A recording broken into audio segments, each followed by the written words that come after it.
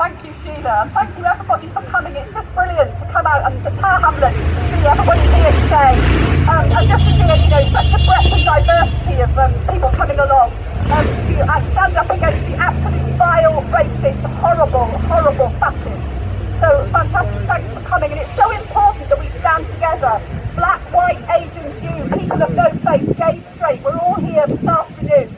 And that's fantastic. And as people have already said, there's a proud tradition in Tower Hamlets of standing up against the fascists from Cable Street all the way through to today.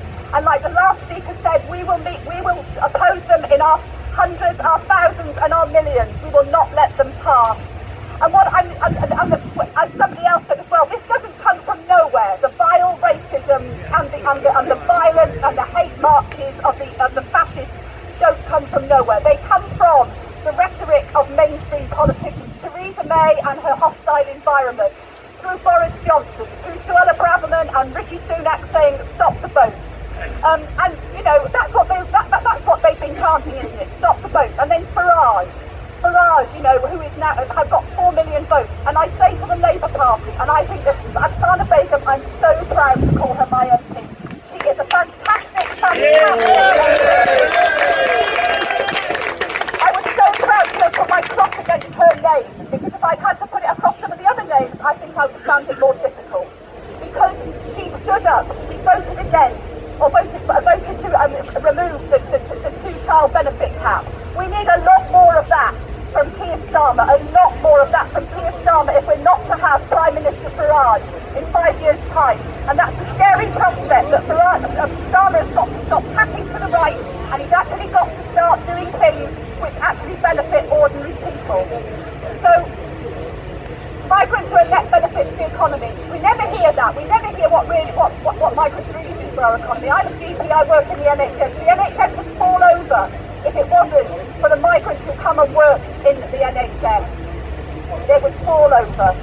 So, and really to talk a little bit about the response as well. It's been a fantastic response to the EDL. People were terrified.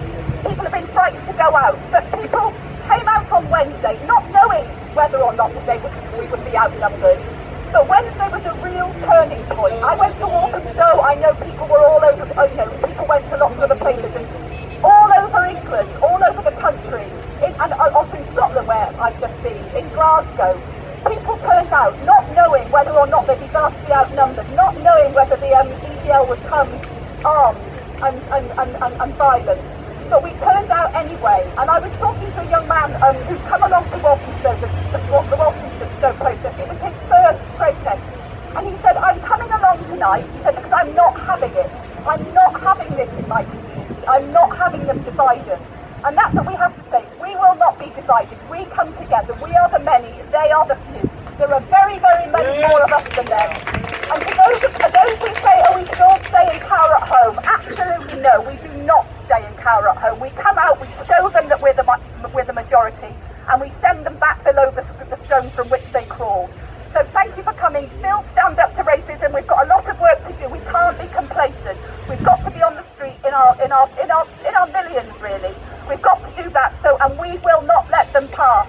So say it loud, say it clear. Say it loud, say it clear. Whose streets? Whose streets? Thank you very much, in solidarity.